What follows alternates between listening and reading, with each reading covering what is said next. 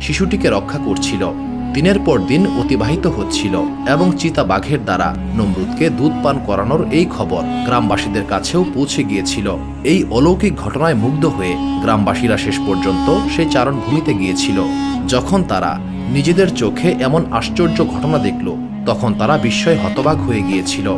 তাদের কাছে এটা ছিল একটা অলৌকিক শক্তির লক্ষণ।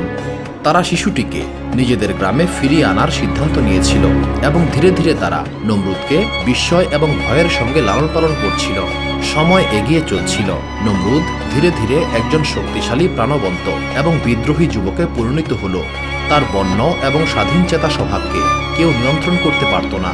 অল্প বয়স থেকেই তার মধ্যে নেতৃত্বের গুণাবলী এবং আশেপাশের মানুষকে নিয়ন্ত্রণ করার ক্ষমতা ফুটে উঠছিল। নমরুদ অন্যান্য যুবকদের একত্রিত করে একটি উচ্ছৃঙ্খল দল গঠন করেছিল। এই দল প্রায়শই রাস্তায় ডাকাতি, ছিনতাই